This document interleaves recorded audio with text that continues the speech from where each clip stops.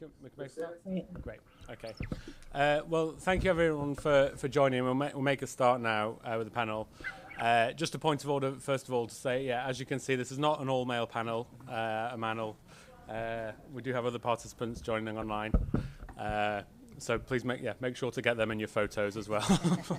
But yeah, the purpose of this panel really is to address a potential opportunity amidst the kind of turmoil and chaos, I guess, that's happening at the minute, both outside in the rest of the world, but also in the World Bank Group, with lots of different kind of policy processes and changes happening, lots of different initiatives and mergers and integrations, and really trying to see what potential and opportunities there are from these processes. To look for upwards policy harmonisation and stronger safeguards and protections for the communities impacted by World Bank Group projects. And yeah, the kind of organisers of this panel, principal among them, Marian and OECD Watch, note that the governments adhering to the OECD guidelines have committed in 2022 to advance responsible business conduct in the context of development cooperation, including through engaging with international organisations such as MDBs to promote policy coherence on responsible business conduct. And there's 3 parallel initiatives underway on RBC at the minute, which present potential opportunities in this area. The IFC is reviewing its sustainability framework, its environmental and social safeguards, which apply to most of IFC lending, but also influence the policies of 130 commercial banks via the Equator Principles. The World Bank Group is adopting a One World Bank Group approach involving a makers and checkers system to environmental and social management, and is exploring the potential integration of the bank's independent accountability mechanisms. And the OECD is also developing its guidance and policy making on development and responsible business conduct as well. So we think that these 3 initiatives offer a vital opportunity to explore synergies and align standards to help the World Bank Group and OECD advance their shared goals, and ultimately to improve the policies and the implementation of these policies with the goal of preventing harms to communities impacted by these projects on the ground. So we have 4 speakers today who are going to deal with these issues. We're going to have kind of 2 rounds of interventions structured around a couple of questions that I'll put to the panelists. And then we'll have leave time for a Q&A at the end. But the first person to speak will be Prabin Shakya. He is a human rights activist from Nepal's Indigenous Newar community, and he's engaged in promoting and protecting the rights of Indigenous peoples and marginalized communities for almost 2 decades. He's the founder and director of the Community Empowerment Social Justice Network in Nepal, and also the convener of the Asia Indigenous Peoples Network on Extractive Industries and Energy. And yeah, the question I put to Prabin to start off with this kind of growing focus on responsible business conduct and safeguarding practices, what are the kind of community perspectives on these kind of issues? How do these sort of high-level policy discussions translate through to impacts on the ground? Yeah, thank you, Dan. And good afternoon. Namaste. Jajalapa, everyone.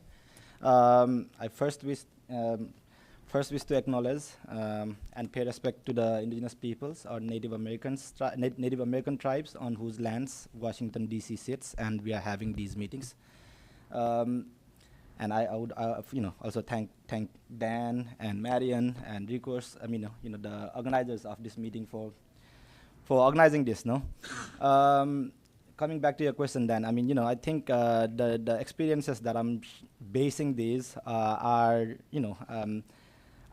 basically from my work supporting or working with or advising communities affected by IFC supported Patibara cable car project affected Limbu communities who have now filed a complaint with the CAO, the Compliance Advisor Ombudsman, and that is currently undergoing compliance appraisal, of course with the support of Recourse too. Thanks for that too.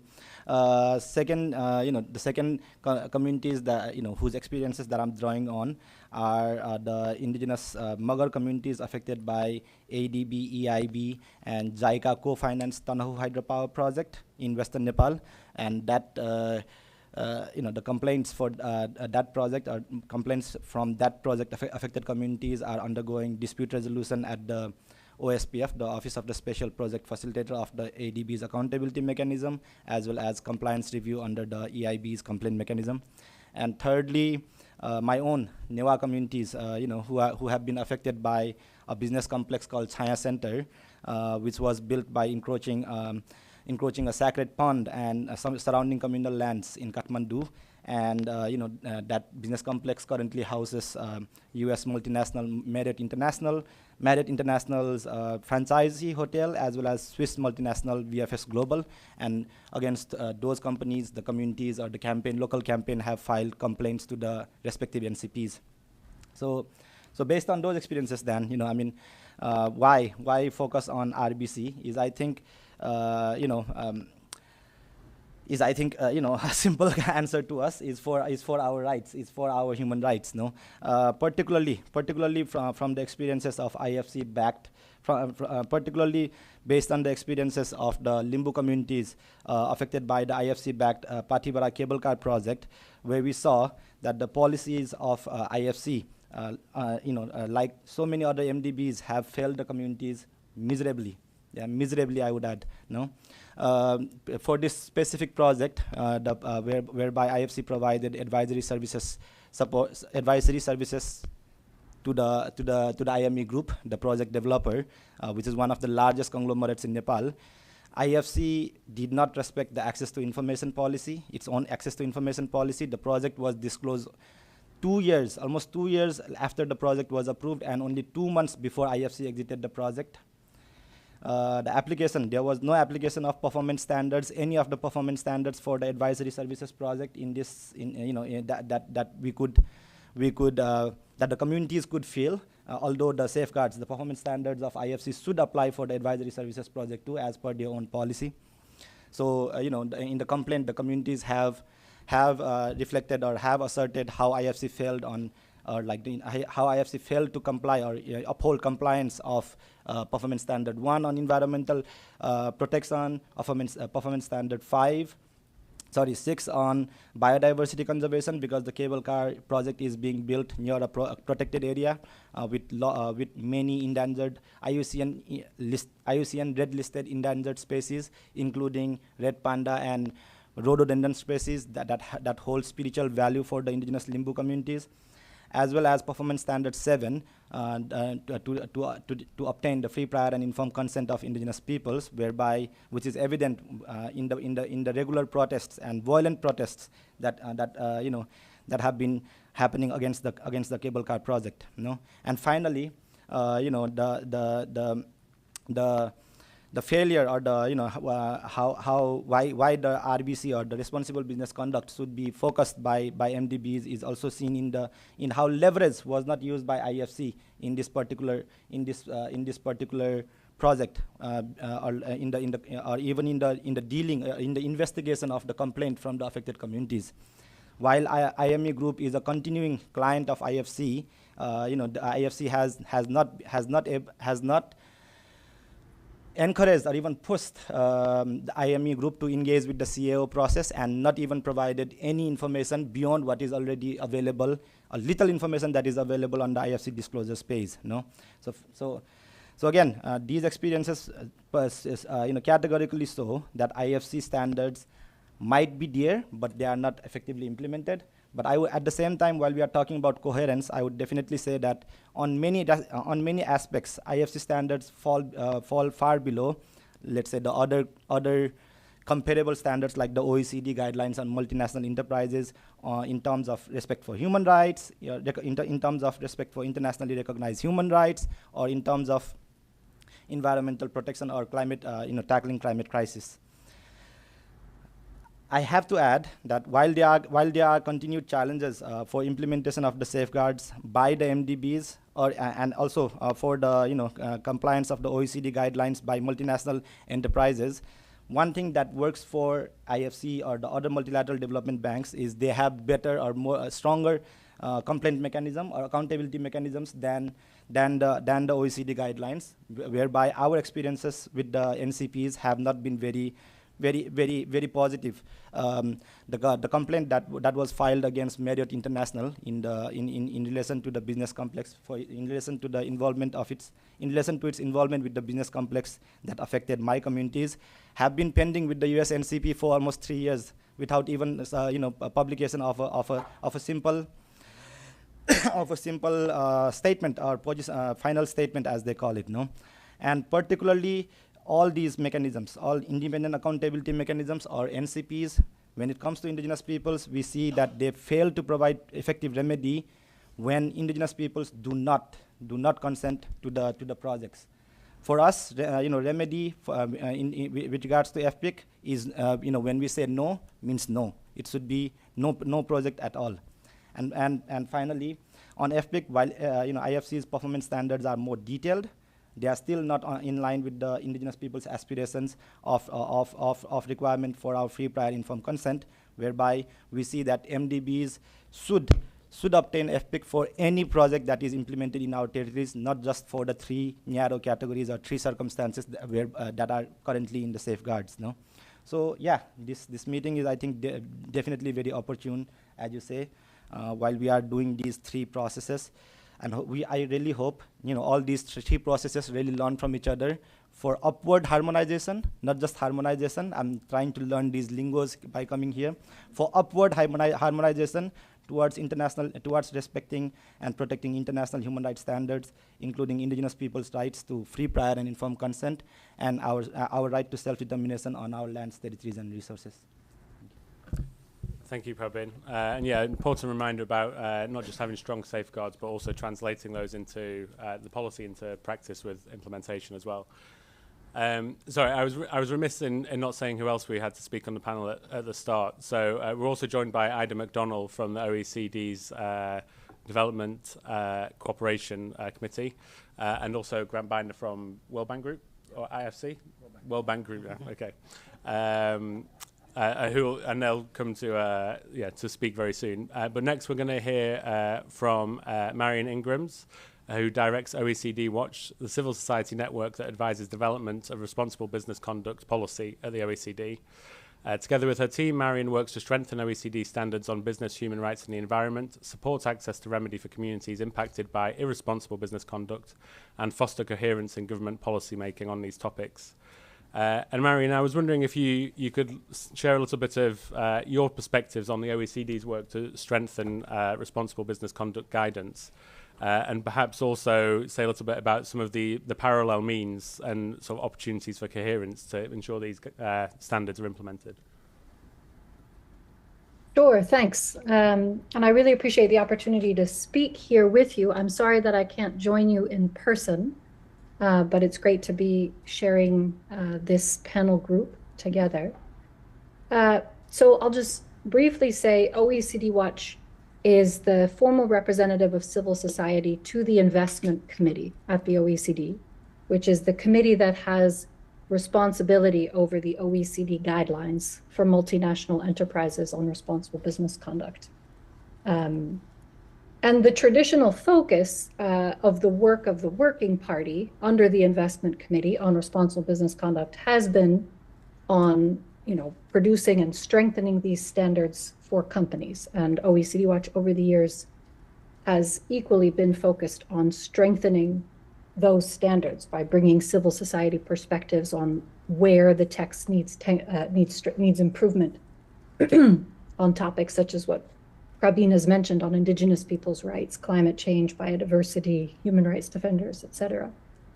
And I think one of the great, or some of the great strengths of the OECD guidelines are how broadly they apply across different companies, across all sectors, how broadly they can apply across regions and jurisdictions around the world, how they apply to companies involved in different levels, involved in different ways with harm, either causing the harm directly or contributing to the harm or just being linked to it through business relations.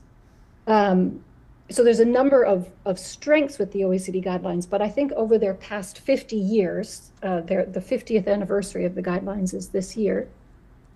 I think over the past 50 years, there's also been a growing realization about their greatest weakness which is their voluntary nature. And I think the understanding is that we continue to see harms, such as what Prabin has mentioned, caused by companies connected to company conduct, because there is not a binding requirement, not sufficient binding requirement for companies to act in alignment with the recommendations that the OECD governments have made. And so in sort of parallel, I think there's been a growing focus at the OECD on the role of states to push more seriously, more bindingly for better conduct. And I think that push is also something we're seeing reflected well beyond the OECD, of course, in state practice around the world. There's obviously been a proliferation of due diligence laws or similar corporate accountability laws being issued. The EU, obviously, most notably recently passing the Corporate Sustainability Due Diligence Directive, but a number of other states around the world pursuing similar legislation. And also states in their actions as commercial actors, so to speak, in their procurement activities are increasingly embedding responsible business conduct principles, or as supporters of private investment through investment agreements, through export credit services, where we're seeing increasing reference to responsible business principles, to the OECD guidelines, to the concepts of due diligence and respect for internationally recognized human rights. And the same goes with states partnering with companies to implement development projects. I think, in essence, there's a growing awareness that companies are acting, obviously, all around the world, including in close partnership with states, and that states have multiple avenues through which they can and should be requiring, not just recommending, better business conduct. Development being one of those areas. And in 2022, the OECD Investment Committee, through its Working Party on Responsible Business Conduct, passed a new recommendation on the role of government in promoting responsible business conduct. And it touches on all of these types of issues, from export credits to developing legal frameworks around due diligence, and Dan read a little bit from that recommendation at the outset, to engaging with development finance institutions on policy coherence with their own policies for sustainability. And I think there's also the sort of final point I'd mention is there's also a growing recognition of the need for coherence across all of these initiatives that are happening around the world by companies, by states, across different avenues. And, Prabin made a joke about learning different, the lingo here in DC, but, we hear governments talk about policy coherence. That's what they call it. Businesses call it simplification. Civil society calls it alignment with highest normative standards.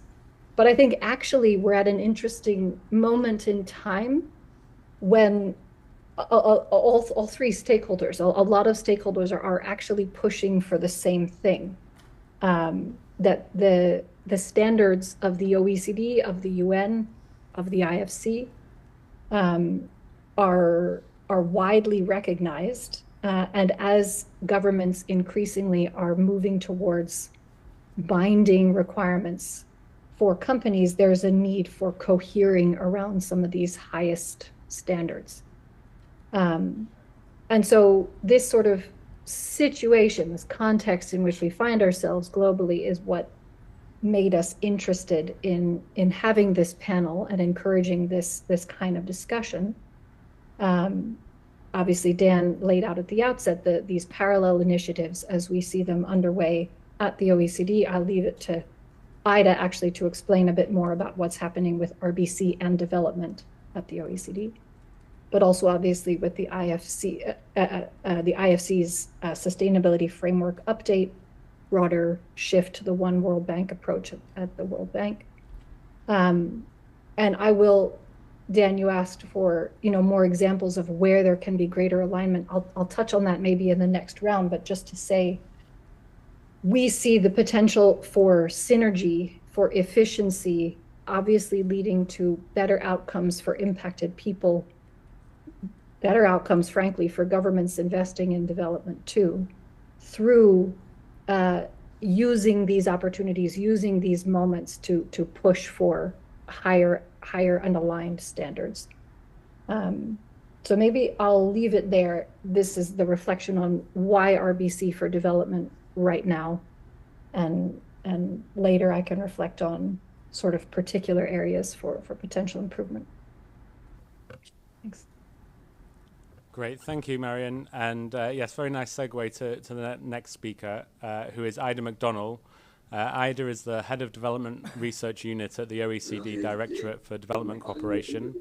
She manages the OECD flagship report on the future of development cooperation, and has previously been involved in establishing the OECD Community of Practice on Poverty and Inequality, and has led the OECD Working Group on Data for Development Funders.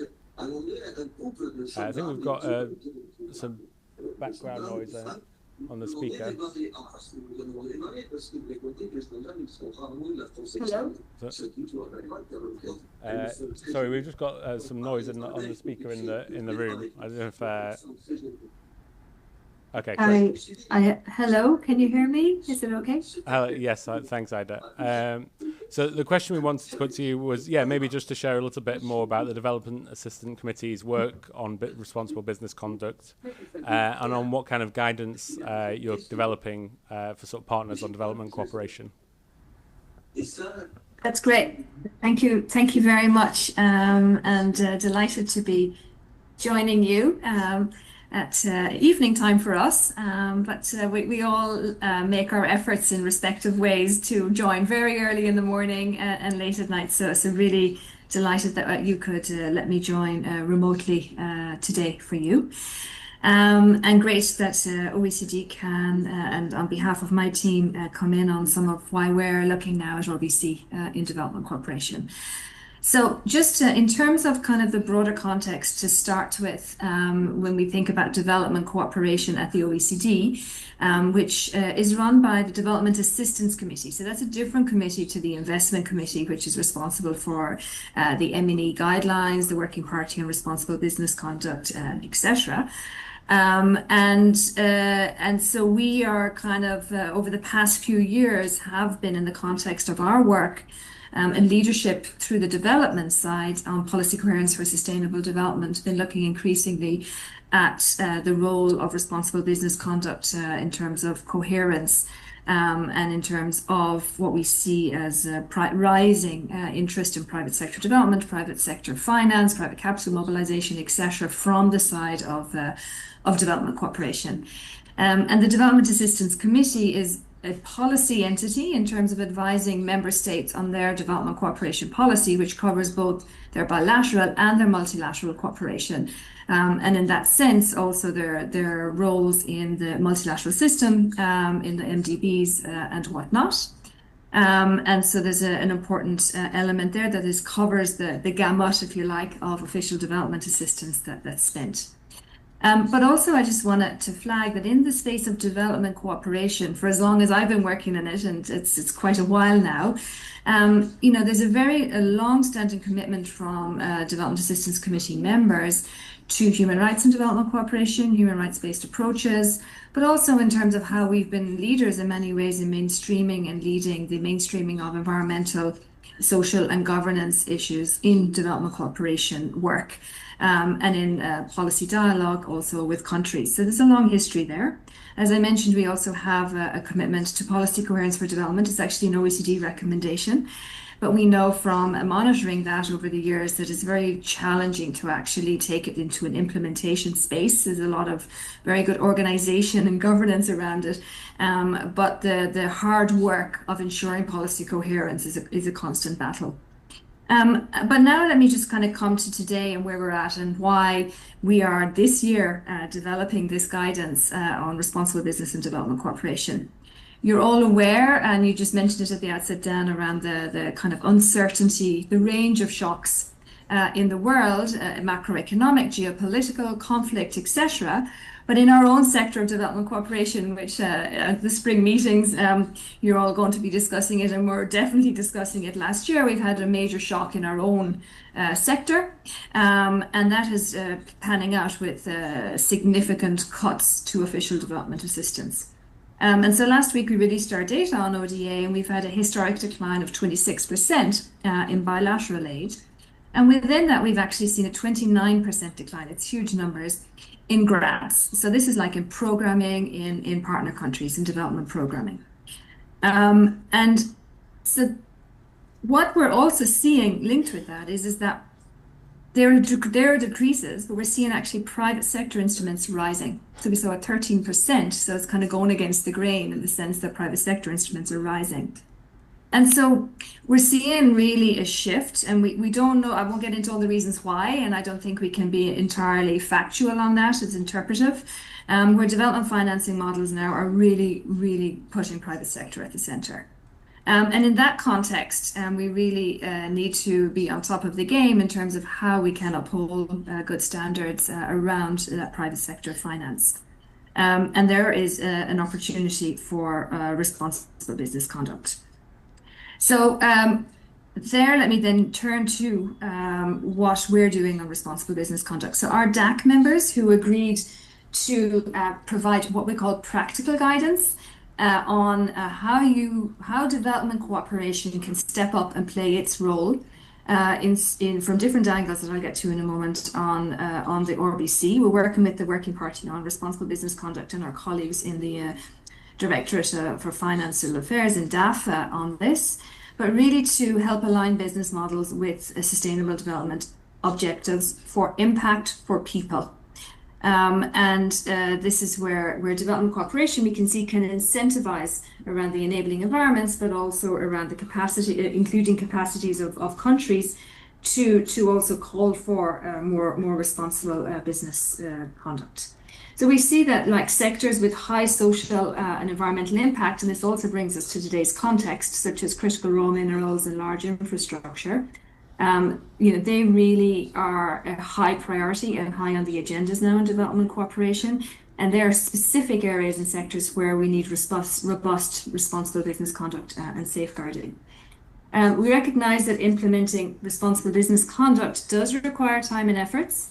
There are costs there, but we do believe, and the guidance is the intent and theory of change of the guidance is that the cost of not doing responsible business conduct will be higher. That in the end, in the long run, we'll see improved efficiency, speeds, as you mentioned also, Marian, hopefully seeing those. Efficiency, we see speed up in disbursements, and we may see actually what a lot of providers face, the risk that projects are actually delayed or stopped for failing to meet those standards and requirements. So on our guidance, as I mentioned, we want to really clarify, and we want to learn from colleagues and from people in the room, what are the entry points and tools for donors, both through their bilateral and their multilateral cooperation to step up on RBC. We do see scope for a lot of awareness raising among providers of development cooperation in this space as well. And so while you have the national contact points, you have in the Working Party in RBC a lot of awareness. There's really scope for the development cooperation space to get a handle on this, and that's what the guidance also wants to do. We have an inclusive process involving civil society organizations to the creation of what we call our IMAG, which is an informal multi-stakeholder advisory group.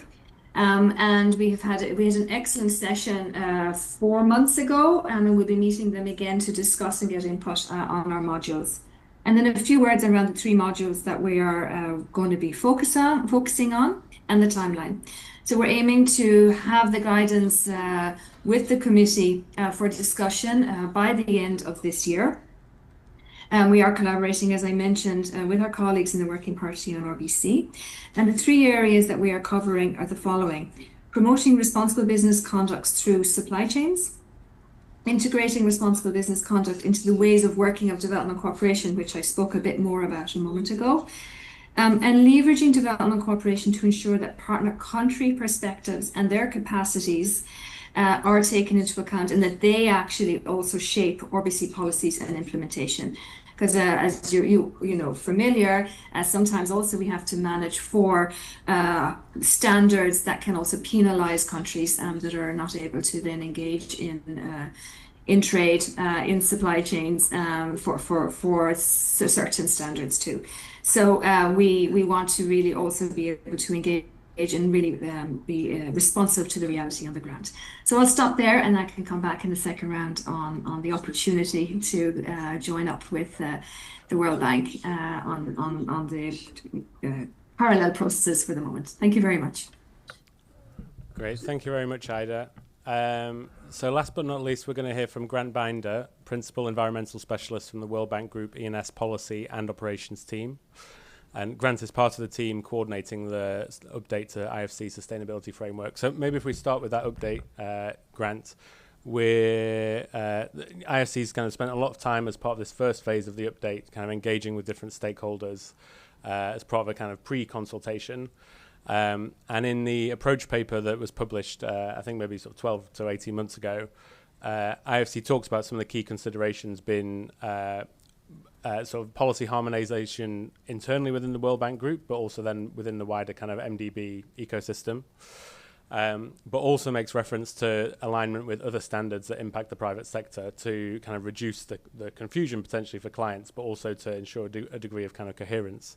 So yeah, I was wondering if you could say a little bit about that, how the OECD guidelines have maybe factored into your sort of considerations so far, and also maybe, yeah, how that might impact IFC's kind of decisions to partner with different clients, you know, based on sort of how seriously they take these considerations from an investment point of view.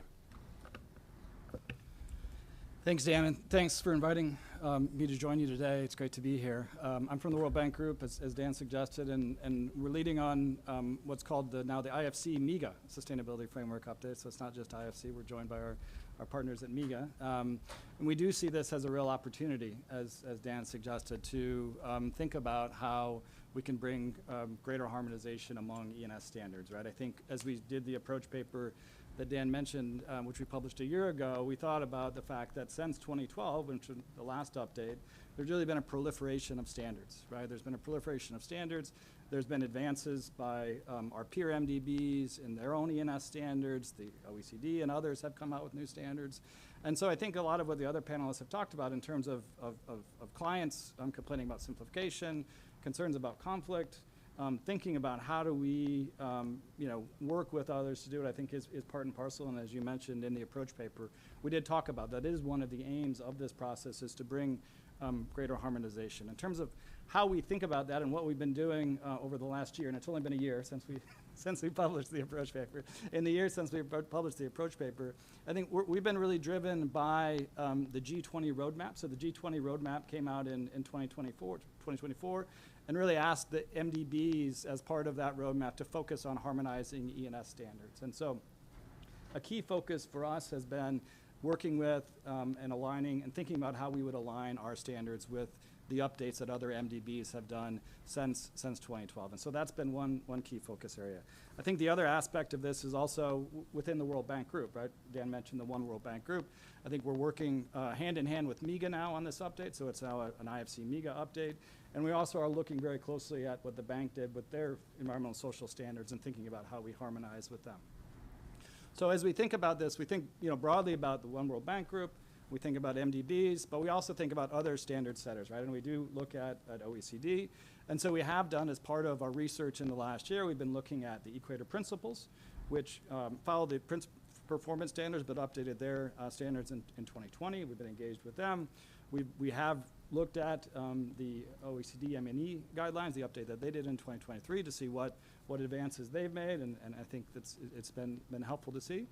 We also looked at ISO, and there's a whole proliferation of standards that we've been looking at as we think about, okay, as we move forward, how do we position the performance standards, given, I think as Ida mentioned, the importance of the private sector going forward, how do we position these as what they were in 2012, which is really the benchmark for E&S risk management. And that's one clarification I would make, is that the performance standards are about E&S risk management. The OECD M&E guidelines are a broader concept, right? They talk about responsible business conduct, which encompasses, everything that we have, but also, areas like corruption, anti-bribery, taxation, other areas that are not encompassed within the scope of our sustainability framework. So there's one clarification I would just make.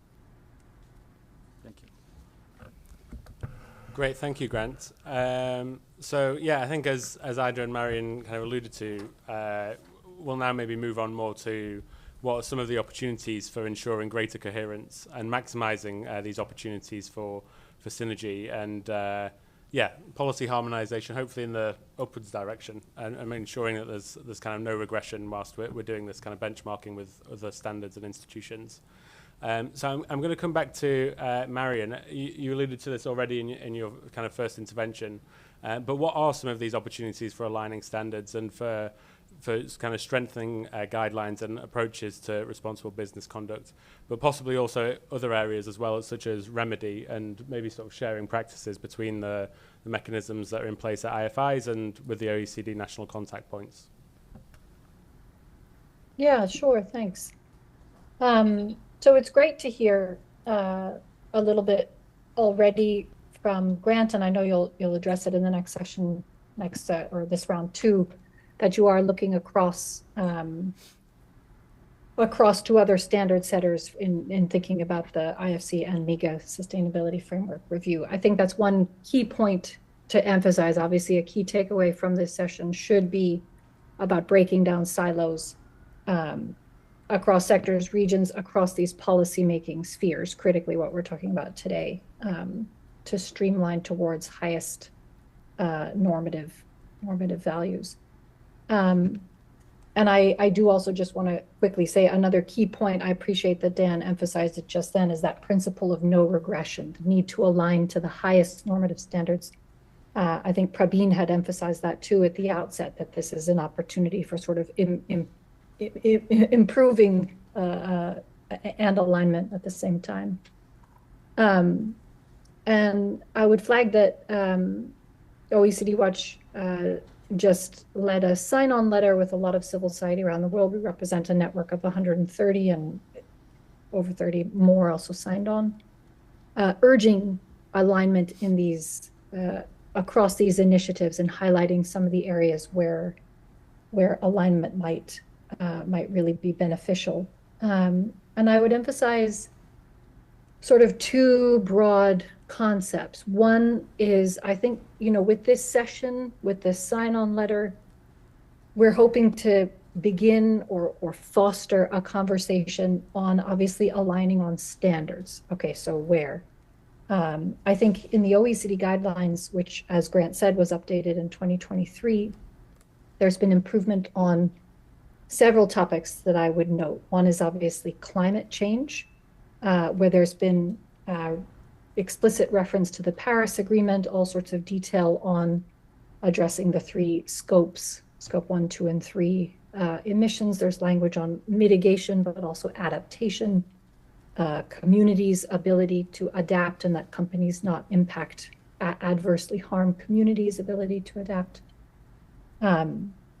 So climate change is a critical area. There's also, of course, language on biodiversity and other topics that might be beneficial as well. Another important area where the guidelines were updated related to digitalization and technology and innovation. And I think, we're facing a climate crisis and the need for a just transition. We're also facing, obviously, technology and a sort of AI transformation in our world. And there's numerous human rights impacts and environmental impacts associated with that, where I think the OECD is starting to point in a helpful direction, including with recent due diligence guidance for AI that is forthcoming, I think in May, where that might be another important area for the IFC to continue analyzing and improving. And there was also, improved language around a number of other topics on human rights, meaningful stakeholder engagement. That's critical. Something that the letter also highlighted is it's really important, obviously goes without saying, that the IFC and MIGA, as they go through this framework review, be ensuring consultation and outreach to particularly marginalized groups. And that was something that we pushed the OECD to do, to ensure, for example, engagement directly with global Indigenous peoples during its 2023 revision, and something that did happen. So that would be something really important. That's more about the process of the review. And then, there's new and improved language around human rights defenders and the importance for companies to address and remedy and prevent the harm to the defenders as distinct from the harm about which they're protesting or they're fighting. So, noting these two levels of harm and assigning the company the responsibility to address both. Workers' fundamental rights, there's been clarified language on companies respecting workers' rights to form a union, collectively bargain, et cetera, across the whole value chain. And I think, of course, some of these are reflected in IFC standards. Some of them could be improved, but these are critical areas that need some close attention. And I think the more that we can do a kind of comparison running through the documents, seeing where there's improvement, the more beneficial the standards can be. The second key area, I think, is, I say we want to begin a conversation on aligning standards.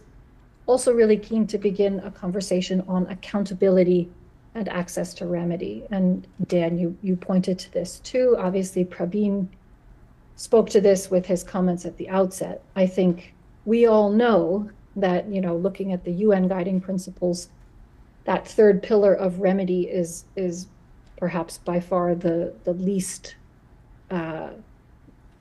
well achieved with respect to business and human rights.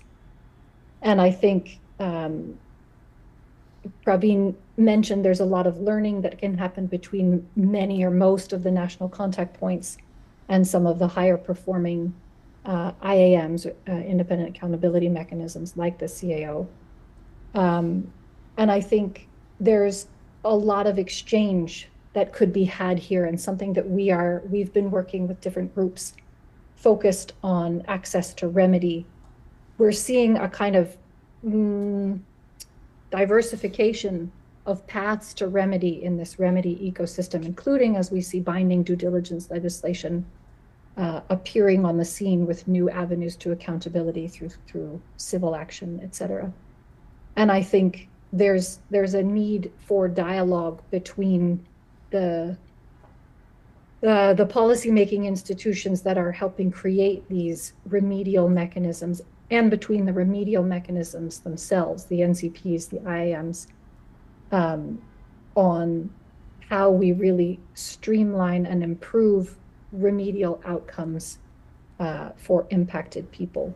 And some of that comes down to how the mechanisms function in terms of all sorts of sort of legitimacy issues, accessibility, visibility, accountability, et cetera. It also has a lot to do, again, with how states are expecting, demanding, requiring companies to participate in and ensure remedy. And there's also, I think, an important role of the IFC, where in this case, the IFC arguably has more leverage than a national contact point over its own clients to make sure that they're participating meaningfully in remedy.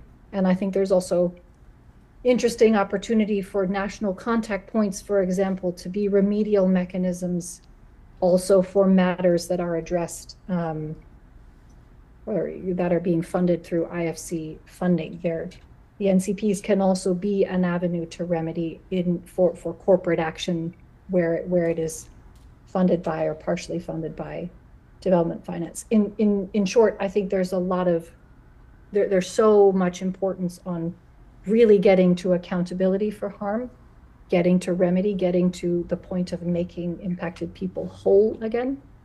and that this process of review that we're in provides an important opportunity for discussing some of that. And lastly, obviously briefly, and then I look forward to the next speakers, we're just hoping to help encourage more of a conversation between the World Bank Group and the OECD on responsible business conduct and development. And it is good to hear that there is, of course, already some dialogue, but yeah, really looking forward to hear from both Ida and Grant where you see the potential avenues for collaboration, communication, not just even on these immediate guidance creations and sustainability framework reviews, but moving forward in thinking about the corporate role partnering with states in development, in investment, in this tricky climate that we find ourselves at the moment. So leave it there. Thank you, Marian. Yeah, some very useful ideas there. So I'll come straight to Ida. Really, yeah, with the two kind of provocations put forward by Marian. First of all, yeah, what scope there is for ensuring greater coherence and alignment in these areas between the OECD and World Bank Group, with the aim of kind of ensuring greater coherence and safeguarding across the private sector, over which both OECD and the World Bank have huge influence. But also on a more practical level, what opportunities might there be for strengthening the relationship between these institutions and developing sort of stronger coherence and collaboration? That's great. Thank you very much. And I think there are many opportunities. And I'm going to flag 6 if that's good. Not a magic number, but let's go with 6 today.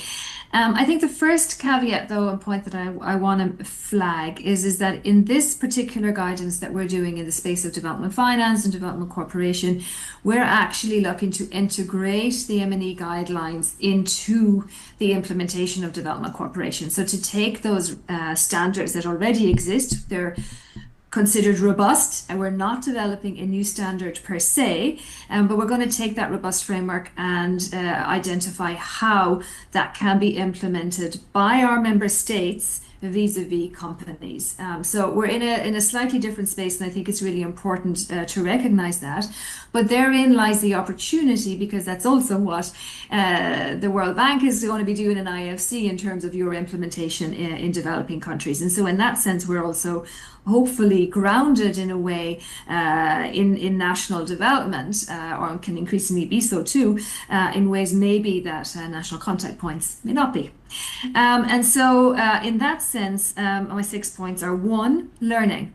So there really is a space here for us to learn from the experiences of others in this practical guidance. So it's really about cases. It's about where it works, where it doesn't work, what the challenges are, and how we overcome them through development projects and development programs, and notably through those where we're partnering with the private sector, or where we're really working to enable private investment and foreign direct investment, etc., in developing countries.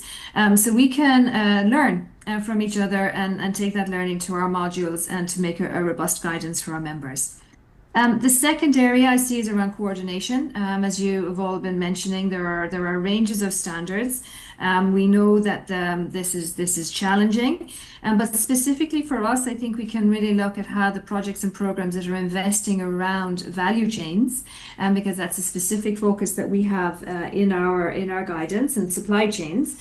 Where we can coordinate better, maybe do more joint projects, etc. There are very good examples in the cocoa sector by the Belgians. The European Union is doing work, how we can come together in countries to coordinate better. The third is around, I think, the importance of visibility and agency of partner perspectives, including of civil society, and the impacts that behaviors are having, and misconduct, and the lack of upholding of standards has, and how through that visibility to states, to our member states, to your boards, we can also take that evidence to leverage our incentives and dialogues, and also the investments that go with companies. The fourth is how we can really look at and maybe get more evidence on the costs of compliance, which we're seeing as quite a challenge, and some of the barriers there, and how we can work together on those specific challenges the partners face. The fifth, I think, is that we can make a stronger link in our work on responsible business conduct and environmental and social safeguards in terms of enabling that countries and other companies have access to finance, but make that kind of investment link to actually impacts on the ground and how it affects the most vulnerable. And so I think we want to make sure our chain goes from both the provision of finance or mobilizing finance to actually the impact it is having, and be more intentional and deliberate about that, and having a dialogue on that. And then the last point really is that, you know, the essence of our work is to get to implementation, is to get closer to partner countries and to ensure that responsible business conduct standards benefit their development and resilience. And so in that sense, we really are open to that dialogue, to learn, and to see how our global initiatives can come together. So yeah, let's continue the conversation, and I thank you all very much for bringing us together today to have that conversation. That's it. Thank you, Ida. So Grant, I'll come to you next. So Marian outlined several areas there: climate change, Indigenous peoples, the sort of standards on human rights and environmental defenders, and remedy, among others. First of all, if you've got any reflections on possible opportunities for greater coherence in those areas, but also on sort of what Ida's saying around the possible opportunities for a sort of continuing dialogue on implementation and practice as well. And maybe I'll just start by talking about sort of our current engagements with OECD in the connection with environmental and social policies and standards, because we already are engaging with OECD in a number of different ways. So first, the OECD kindly hosts every year a financial institutions practitioners workshop in February of every year, where they gather together export credit agencies, financial institutions, and we generally come to talk about best practices, to talk about ENS risk management, to learn from some of the new tools that are being developed. We share whatever we're developing, and it's a forum that takes place every year that OECD hosts that we participate in. Second, we work closely with export credit agencies, which follow what's called the OECD Common Approaches. So the OECD Common Approaches are a set of approaches that export credit agencies have adhered to, like the US Ex-Im Bank, Export Development Canada, and those use as their default ENS risk management framework the performance standards. So as part of our update process, we've been reaching out to export credit agencies to understand they're an important user group for us, just like the Equator Principal Banks are important user groups, the export credit agencies are important user groups. Third, we have had engagement with OECD on some of the guidelines that they've developed. So we did participate and provide technical guidance on the guidance on project and asset finance transactions. They did a due diligence guide I think in 2022, where some of our experts participated and provide technical advice on that topic, which is really near and dear to us. It's sort of our bread and butter is project finance. And so we participated and provided feedback to them on that. So there already are a number of ways in which we engage with the OECD. And of course, we're always open to considering how, more we could engage with the OECD going forward. Focusing on the MNE guidelines and what Marian talked about in terms of different thematic areas and opportunities for alignment, I think a couple things just to note. As I mentioned before, so the scope of the MNE guidelines is broader than ours, and so there are issues, like I mentioned, corruption, bribery, which are outside of the scope of ENS risk management. There are other areas, she mentioned digital, which is not clear whether it's within the scope of ENS risk management. Some of our peers, like EBRD, like ADB, have started to include certain elements of digital risks, as the Office of the High Commissioner calls them, within their framework. So for example, data privacy is included in the EBRD, ENS standards. And so there are areas that we're looking at in terms of thinking about how we're going to include those within our ENS risk management framework, but there's clearly areas that are outside of ENS risk management and are covered by other areas within the World Bank group, right? So for taxation, for example, taxation is out of scope, and there's a separate policy that deals with taxation within the World Bank group. The second is that the MNE guidelines, as the term suggests, is focused on multinational enterprises, right? It's designed for multinationals. It covers a broad range of businesses, and I think over time it's included a much broader range of businesses, but it's still designed more for companies with international operations, with multinational operations. Our standards are designed for all companies, right? We increasingly do work with smaller companies, with small and medium enterprises, and I think part of our focus, particularly in recent years, is focusing on FCD areas where we're increasingly focused not on large M&Es, but on smaller companies. And so there are differences in terms of the companies we focus on. The other thing, as was mentioned, the M&E guidelines are voluntary standards. They're supported by the national contact points, as we talked about. Our standards are not voluntary for our clients. They're contractual requirements, and they're structured as such. So I think Prabin mentioned that they're very detailed. They are detailed, right? They are, our section on biodiversity is a whole standard of 30-odd paragraphs, and they're included within that are a number of specific requirements that we require clients to comply with as part of our contract. So there are different structures architecturally. Ours are also supported by the very robust Compliance Advisor Ombudsman, which provides oversight to our application of our policies and standards. So there are differences in terms of the nature of the M&E guidelines and our performance standards. All that said, I think the topics that Marian mentioned are the very topics the thematic topics that she mentioned are the topics that we're focused on as part of the update process. So she mentioned digital, human rights defenders, I think the circular economy was mentioned, you refer to as responsible engagement and disengagement, what we call responsible exit. A lot of these issues that are referenced, that were picked up in the 2023 update are issues that we're thinking about and focusing on as well as part of our update process, right? These are key issues. We've heard from a number of stakeholders about animal welfare. We've heard about circular economy from others as well. So those are the types of issues that we are focused on and thinking about how we would reflect in an updated set of performance standards. The question of how we're going to come out on that isn't clear yet because we're still in the drafting stage, and we haven't taken a position on any of those particular topics, right? We're right now, and I think we had a session yesterday talking about the process that we're in, which is still drafting. After drafting, we'll present to management. After management, we present to our board. And so there is a process that we have to go to until we figure out where we're going to land on any particular issue and the extent to which we align with the OECD guidelines or with our peer MDBs, EBRD, ADB, and the like. But clearly, as we think about this and as we present things to management, one of the issues we highlight is the extent to which we're making this change because it is an attempt to align. It's because of harmonization, right? That's part of the rationale as we're thinking about this and presenting changes. Sometimes it's a lesson learned, sometimes it's because of harmonization, but it's clearly what's driving, I think we made clear in the approach paper, it's clearly what's driving part of our thinking in terms of the update. I would note that, as we present things further to management and the board, of course, we do have a different shareholder base than OECD. OECD, I think there's 50-odd countries that are adherents to the M&E guidelines. The World Bank Group, including IFC and MIGA, have more than 180 shareholders, so we do have a diversity of viewpoints in terms of our process that is greater than what happened with the OECD process. And so that's just something to note. And maybe just one quick question. The One World Bank approach, I know there's a session on this tomorrow, but this new system of having kind of makers and checkers for the standards, do you see that fostering any or potential further cooperation with the OECD or offering kind of opportunities to reflect on other standards that are in practice sort of worldwide and bring them into greater coherence with what the bank is doing?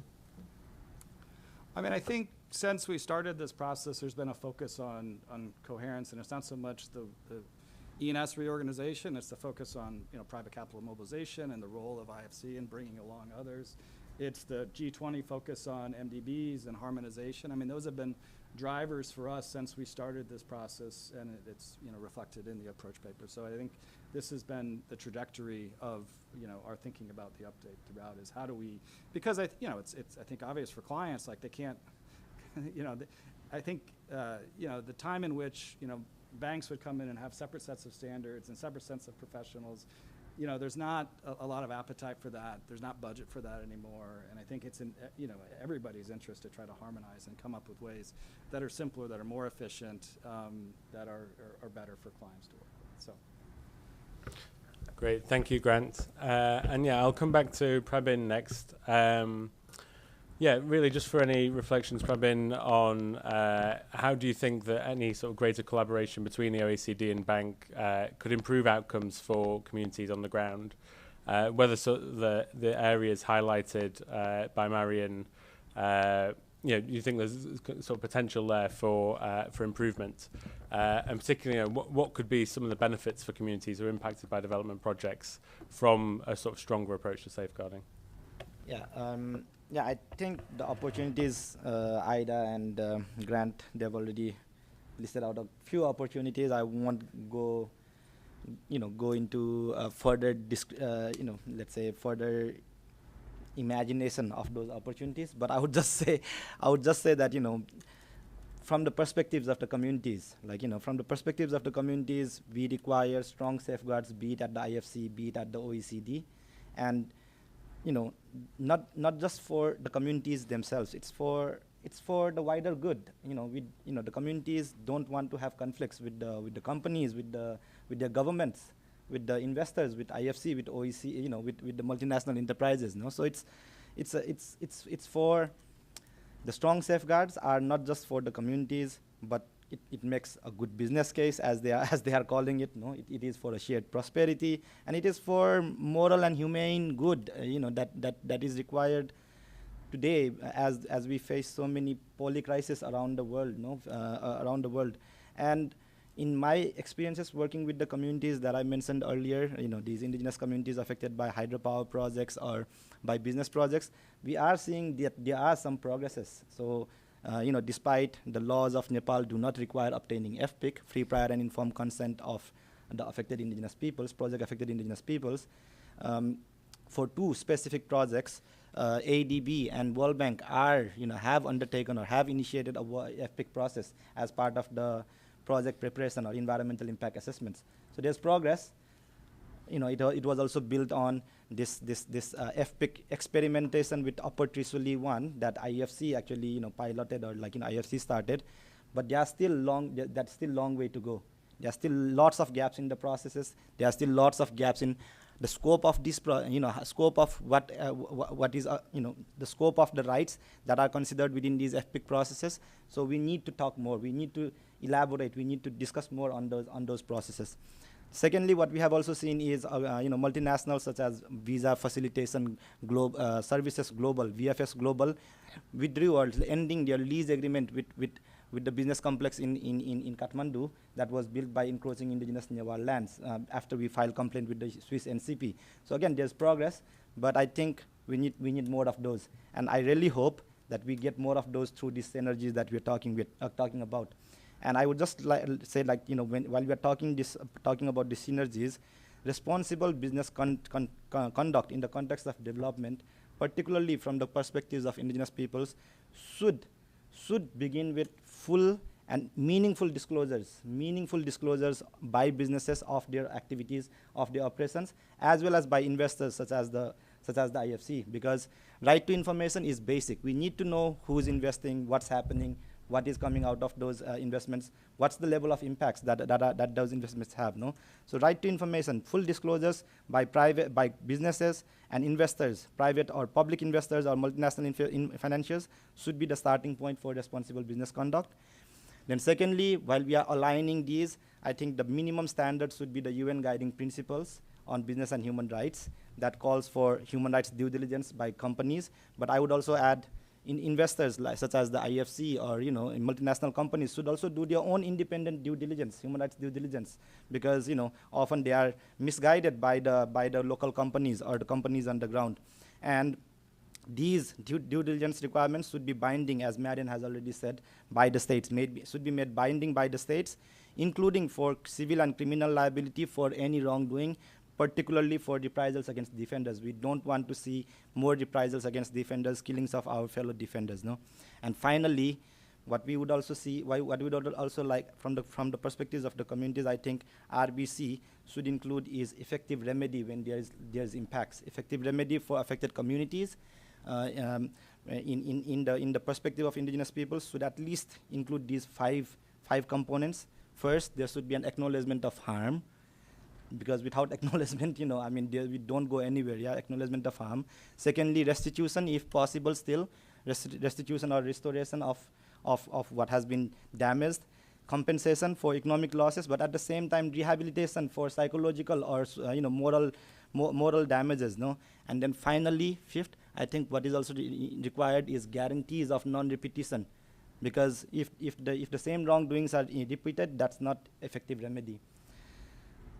Last thought from my end, sorry, I'm taking a little more time, is, I think while we are talking about development, we really are hoping, and while we are talking about this coherence, institutions like the OECD, like the World Bank Group, really push for what we seek as community-led development.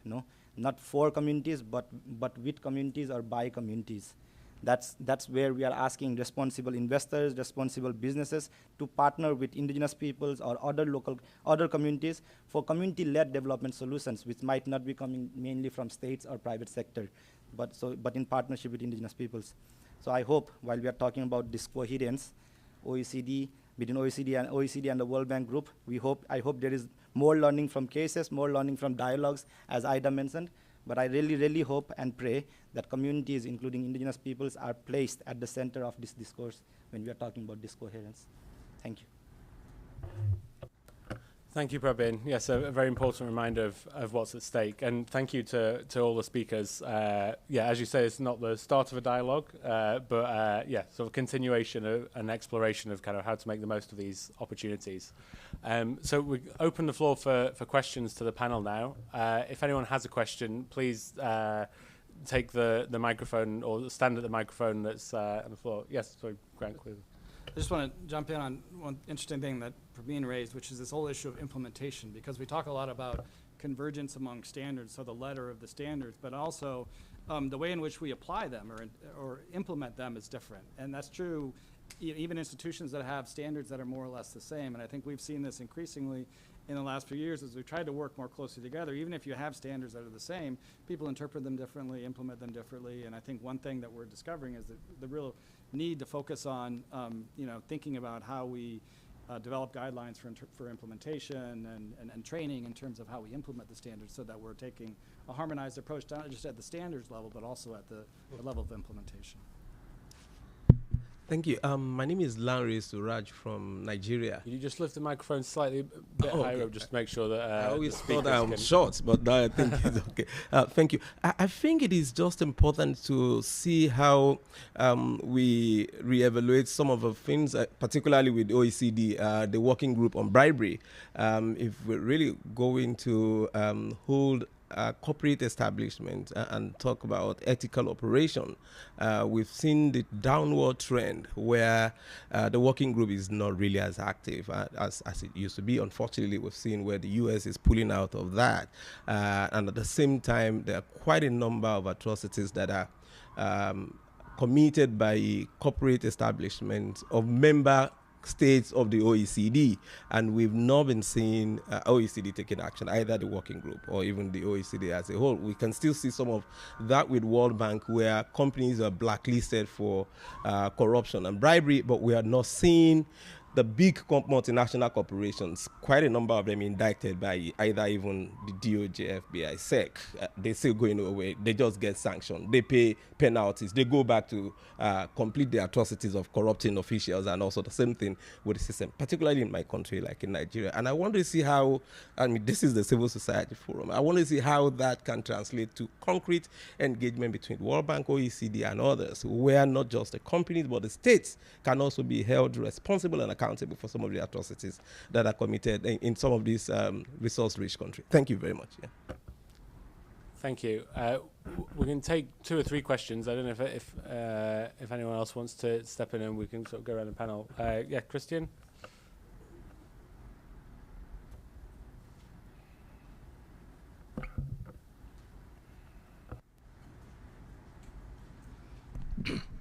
Hi, thank you. This is Christian Donaldson with Oxfam. Thanks for this great discussion. I think my question is to Grant directly. If you can share with us some reflections about the right type of, I don't know if the right type of, about the leverage that IFC has and the type of incentives that IFC staff has to actually implement and perform and use and implement the more like oversee and supervise the implementation of the standards to their clients. the incentives internally, but also a little bit of reflection about the incentives to your clients. And the question is because, I mean, it's important to talk about harmonization and have the right set of policies, but without the leverage and the incentives, most of these policies just are very nice papers. So if you can reflect a little bit about that, that will be great. Thank you. Yeah, we'll take one more question, and then I'll come around to the panel. Hi, I'm Greg Barry from Accountability Council. I'm afraid Christian might have taken half of my question, so I'll try to be more direct. We talked about principles, guidelines, and standards, and Grant mentioned that the difference is the IFC standards are not voluntary and they're enforceable. But I wonder, my question relates to the enforceability of those standards when developing contracts with the private sector clients. It seems to me that the IFC agrees to take on all the environmental and social risk as it stands to the financial interests of the private sector actor. But there's no really strong enforceability to the environmental and social risks borne by communities, as Prabin brought up. And I'm wondering where the IFC's remedial action framework plays into this and how to use that particular framework to incentivize clients to the table on remedy and changed behavior if bad actions arise. Great. So I think most of those questions are for Grant. So I'll let you go first, and I'll come to the other speakers. Well, I'll take the last two on leverage. I think the question on OECD and bribery is out of my scope. But in terms of leverage, and first I'll just highlight that the CAO just this week published an advisory note on leverage. So if you haven't yet seen it, we collaborated, worked closely with the team at CAO Advisory on that note, and I think you'll see in it their views and recommendations about how IFC and MIGA, mainly IFC, can improve our leverage in our operations. I think in terms of how I think about it from a performance standards perspective, and to Christian's comment about what is our leverage, fundamentally it's a product of the investment agreement that we enter into with clients. That investment agreement includes a covenant that requires the clients to comply with the performance standards, and that's what structurally gives us leverage in relation to the client's performance of the performance standards, right? They have a contractual covenant. Failure to comply with that covenant can lead to consequences, contractual remedies, and the like. And so, that's how broadly we as an institution enforce our requirements in relation to the performance standards. It's not a voluntary standard for us. It's a standard that's embedded within the financing agreements of the clients that we finance. In terms of structurally, how do we think, in terms of incentives for our staff? We have an environmental social review procedure which is available publicly, and that outlines, how we supervise and monitor clients and projects, and it's part and parcel of an environmental socialist job responsibilities to do that. So it's not that we have a separate incentive arrangement. It's our job, right, to conduct appraisals and to conduct in accordance with that manual review and supervision. So. Okay, thank you. Ida, I'll come to you next, maybe for a response on the first question, but also maybe any reflections on incentivizing good practice as well. Sure. Thank you very much. So on the bribery question, I should say that that's in a different committee of the OECD, and so I think colleagues in that space would be better placed to comment on what's happening in the working group on bribery, and be happy to put you in contact with them should you wish.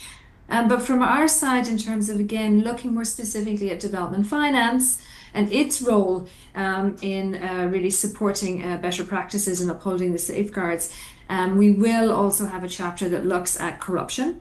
And specifically here, I think our angle is on the demand side in terms of how we can use development cooperation much better to build up the institutional capacity and institutional policies in our partner countries, so that capacity there is actually to also hold the actors to account and to also be more capable of actually applying the due diligence in the country level. And so I think this is a really specific angle here that speaks to the added value of development cooperation, which is very different to the role of companies, but it's about the enabling environment and the demand side for upholding those standards, which is also a key part of it, as was mentioned, even in terms of how we engage and listen to community-led development, for example, and how we support community-led development. Another area of our work, I think, which relates quite well there is that there is a movement and an effort in development cooperation, official development assistance, which is invested also in the multilateral system, is that it should be more locally led, and in that case anchored in communities, but also aligned with national priorities. And so if that is where the essence of the cooperation is going, then there really is an opportunity to build up the institutions who can also domestically uphold these safeguards. So I think I just want to make that point there. Thank you. Thanks, Ida. And Marian, I'll come to you next. Reflections on any of those questions, particularly as you raised remedy in your contribution before, perhaps in answer to Greg's points. Yeah, so I think there's an interesting kind of thread to me through all of this around leverage and around, what the policymaker is doing to hold accountable the bad actor, whether the bad actor is engaged in bribery in relation to the first question or irresponsible conduct. And similarly to the first question, I can't exactly speak to the working group on bribery. It's not one that we work with. I can flag that there's obviously been improvements in the OECD guidelines around the corruption chapter. Grant mentioned work with the export credits group and the common approaches. Their export credits group is also highly focused on bribery. And in aligning the common approaches with the RBC guidelines, with the M&E guidelines. So that's another sort of interesting policy coherence angle. But that concept of sort of blacklisting companies engaged in bribery or entities engaged in bribery, we're trying to encourage the national contact points to increase their own leverage. They don't have a contractual relationship with the companies whatsoever. There is a state-backed body just there to promote the guidelines.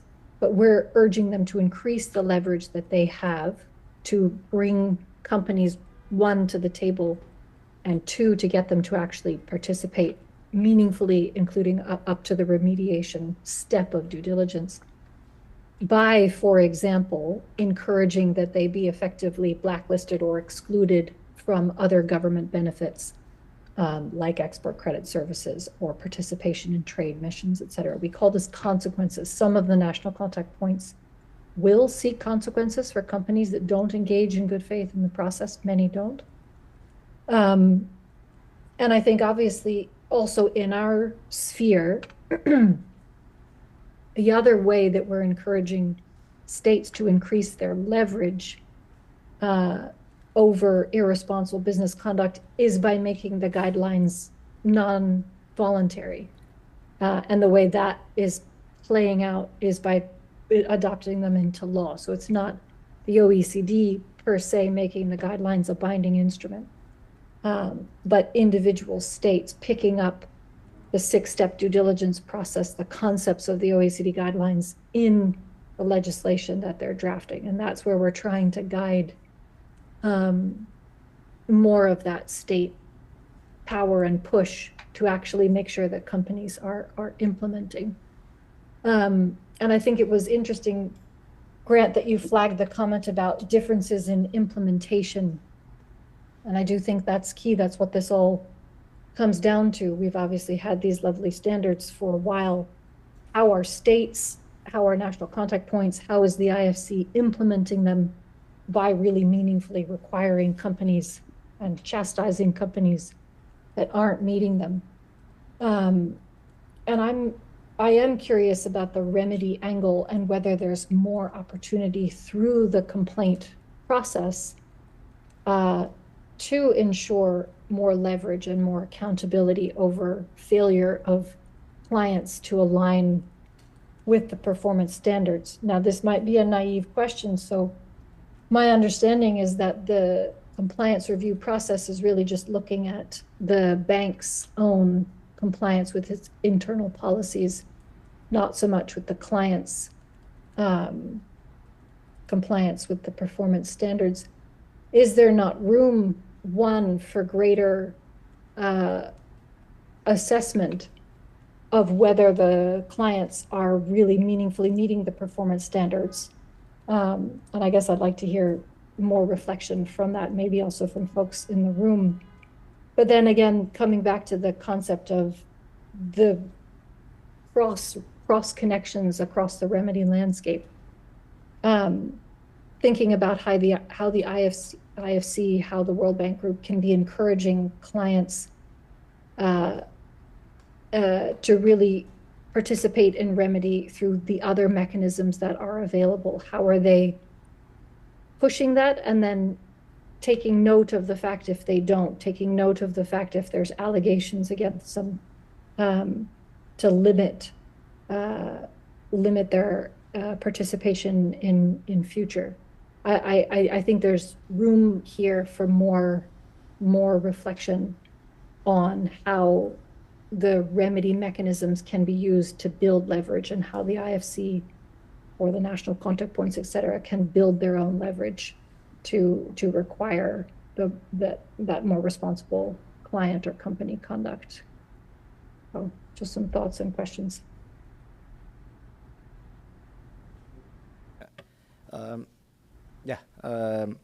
I think I just wanted to quickly touch upon the issue, the ongoing discussions about consequences. I think that is one of the key things that is missing in our in our ecosystem, let's say, with both OECD national, OECD M&E guide, multinational enterprises guidelines, or even with the the safeguard policies of the World Bank Group, including the IFC. Because what we see is one entity or one institution, even though they have performed badly, getting repeated support from multilateral development banks. In the case of Nepal, it can be the Nepal Electricity Authority, which gets funding from left and right, like from the Asian Development Bank, from the World Bank, from the from the European Investment Bank, from JICA, you name it. Even though there are like number of records or number of complaints against hydropower project affected communities that have been impacted by the projects implemented by Nepal Electricity Authority. So I think the point about consequences is key. I think, and that's where I think multilateral development banks or have strong leverage to influence how these, let's say, private clients or state-owned entities, state-owned enterprises behave, and how they can improve their performances. And on that, I would definitely say that often when in our conversations with the World Bank or the IFC or ADB, they say that, oh, we don't have leverage, we don't have leverage. We really like to make a point that you have more leverage than a citizen or a group of citizens who cast our votes to elect our leaders do. Because you hold the key to the financing, and the governments listen more to these institutions and how these institutions want to improve or change the policies of the countries, of our countries, than even us. Than even us when we come to the streets. So I think that's a point of leverage that has never been adequately explored or adequately sought, by entities such as the World Bank. And in that case, I think the OECD multinational enterprises guidelines definitely plays a part. But again, that comes to the point of how that can be implemented, because the implementation is really lacking there. So what I would see is, like, if both these kind of let's say these universes come together, whereby the standards standards are are aspired to be the highest, and then the implementation or the use of leverage, including consequences, are mixed up together, I think we'll attain something ideal, something really ideal. But I really hope again, like we have more dialogues, we have more discussions towards achieving that. Towards achieving that. I just wanted to say, like, again, while we are doing this dialogue and discourse, please do not just discuss among OECD and the World Bank Group. Please also involve the communities, because I think we should be there when you are talking about us. Yeah, we should be there when you're talking about things that are like policies that impact us. Yeah. Thank you, Prabin. Are there any final questions from the audience before we wrap up? Great. Sure. Feel free to just stand at the microphone so everyone can hear. Thank you. Thank you very much. My name is Claudia De Wint, and I'm a practitioner. I have a question. Marian, you talked about climate change as a priority, and I'm wondering if in the conversations there's some consideration of the advisory opinions on climate change by international tribunals, and in particular the concept of a stringent due diligence or strengthened due diligence in the Inter-American Court on Human Rights. And I was also wondering about what is the standard that's being discussed for the protection of environmental defenders. Is it the enabling environment, or what's in Escazú? What's under discussion in that realm? Thank you. Thank you. And we'll take one more question. Thanks. Thank you. My name is Angela. My question is also regarding climate change. I work in climate finance, and you mentioned before some standards on finance and different ecosystems. We may talk to different MDBs. So how we can have standards that are broad enough to cover different narrative, because we know some of our clients in public and private sector tend to change the word they use. For instance, they used to talk about energy transition, but now they're talking about energy sovereignty or energy security in order to accommodate to their politics, but also to make it narrow enough to make it binding and to achieve compliance. Thank you. Thank you. So I'll come to each of the speakers one last time. Grant, I'll come to you again first. So first of all, any reflections on those final questions on kind of energy transition and the safeguards that we need, taking into account so the advisory opinion on climate change, but also this discussion about leverage and consequences. If there's things for IFC to learn, again, around sort of who to partner with in the private sector. Like, do you already learn from NCP complaints and take stock of processes that might have happened through the OECD? Thanks. And in the interest of time, I won't touch on remedy other than to say that we have adopted an interim approach to remedial action. We do have a session on Friday where we're going to be talking about sort of that process, so I'll leave that discussion for Friday.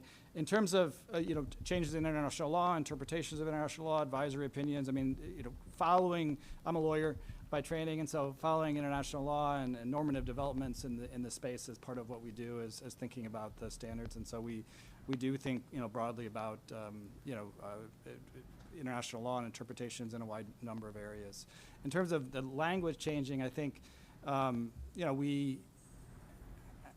think we trying to get too hung up on the actual terms and focus on the standards as they are and the language that we currently use, and try to make it easily translatable for clients. And I think one of the benefits of the performance standards has been that they're universally applicable, that they're used by a broad range of jurisdictions, and so we think about it in terms of how do we make it so that it's applicable in all the countries in which we operate and the countries in which our users operate. So we try to use language that's able to be broadly applied in that way. Thanks. And Ida, I'll come to you next. First of all, any sort of final reflections, but also, are there any other areas where you think the World Bank Group can learn more from OECD, and kind of what might be some of the next steps to develop this cooperation further? Thank you very much, Dan. So let me come back first of all by responding or kind of picking up on what Prabin said about having more leverage than we think. And of course, leverage is a term that's overused and used in so many different ways, but I would kind of reformulate that in terms of influence and capacity to incentivize behavior change. And we have more leverage than we think. And that's exactly why we are taking the M&E guidelines, the responsible business conduct, the due diligence to a space where actually there isn't a lot of leverage being used to actually uphold these standards. So we really do have an opportunity right now with the guidance that we're preparing to really zoom in on the implementation points that we also have, several of us have mentioned, to see how those practices can change and to do it in a way that's inclusive. So in our IMAG, I was delighted, Prabin, that you could be there. Marian is there, and we're more than happy also, in addition to all the processes that the World Bank is involved in, that to also learn from the World Bank's experience here, because you undoubtedly have a lot of experience on compliance that can bring us good case uses that we always are learning in terms of transferable knowledge in the role that bilaterals can also play and be complementary to the work that we do. So in that sense, we want to bring people around the table. We also want to look at those coordination issues that you mentioned, Prabin. We know that in practice, and we also know that now there's even more actors than ever before at the country level with various different behaviors. And we really think that by having our members really having a good practice guidance, more practically oriented, that might actually improve their behavior, we might actually also level the playing field and reduce some of those issues where you're having a lot, the point around the proliferation of due diligence, but in some cases also the lack of compliance, but also the issues around evidence of that, the tracking of it, and kind of bringing that to light in the way that communities can do so well. And that's something I think that the development cooperation space can actually apply some leverage on. So I will do that, but I'll turn the tables and say that it's actually OECD who will really is keen to learn from the World Bank and from your perspectives. And I'm delighted that you're participating in so many of our groups already. And here's another one to join. Thank you very much. Thanks. And Prabin, any sort of last comments on any other questions? I think I don't have any additional thoughts. Dan, to say, like, while these institutions are trying to have a policy coherence, upward harmonization, alignment, whatever terminology it goes by, we hope that the aim is to raise to the top, than being having the minimum standards or whatever, the integrating as we once called it, So the aim should be our hope that the aim is to have the race to the top. In that context, I would just say that as Grant has already been saying, these institutions might differ in nature, in scope, or in their mandate. I think that matters very little if there is willingness among the institutions and then the decision makers within the institutions. And I think that the willingness is the time to show the willingness is now. It's now or never already. We are living in a moment that might decide if our future generations will come to this world or not. So I think let's move past the mandate discussions or the nature or the scope discussions, and have a more frank and more honest discussions about how we can have the best policies across these institutions, and also coordinate among each other for the best implementation practices. Thank you, Prabin. And Marian, again, any kind of final reflections? I think there are also direct questions to you on the ICJ climate change advisory opinion and the work on environmental defenders as well.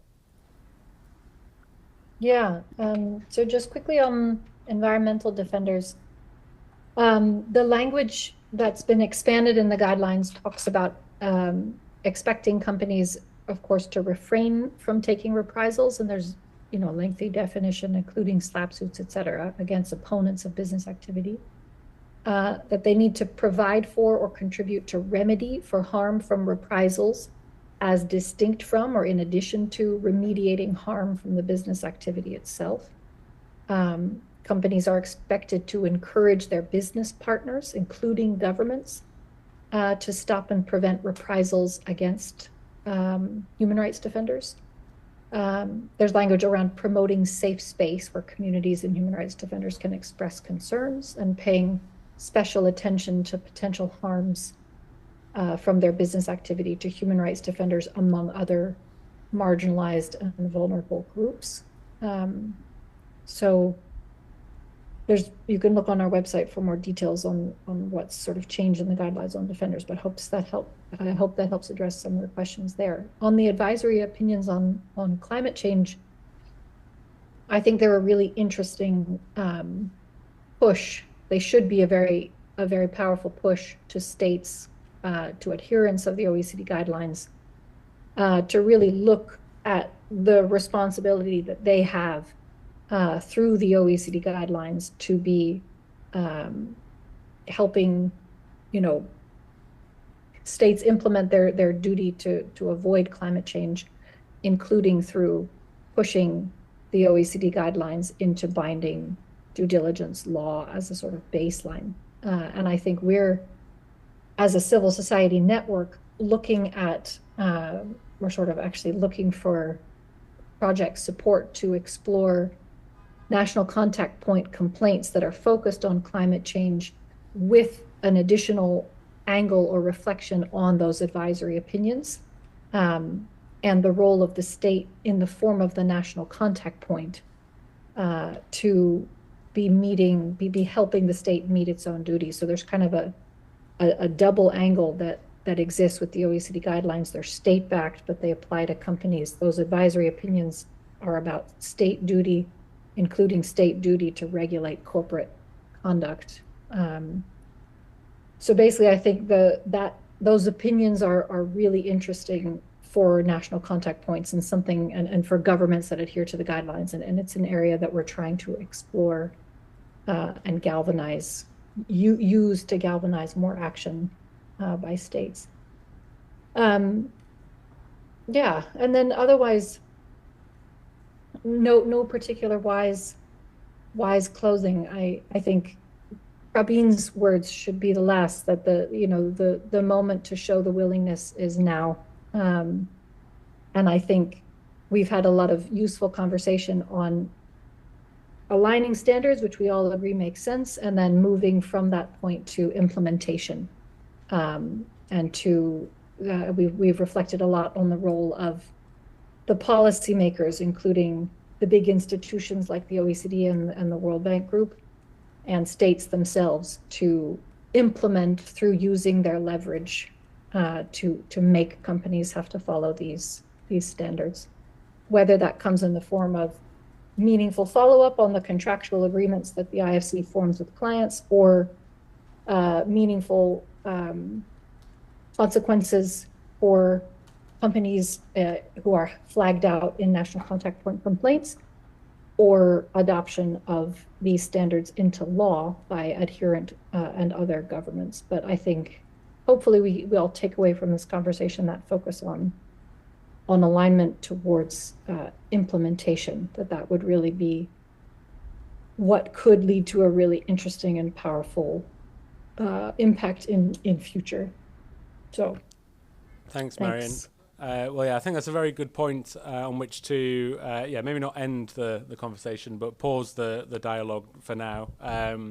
As we've kind of made reference to, there's other sessions tomorrow on the One World Bank approach, and on Friday morning on the Remedial Action Framework. For now, I'd just like to thank all of our speakers and thank everyone for attending today. It's been a great panel, so thank you.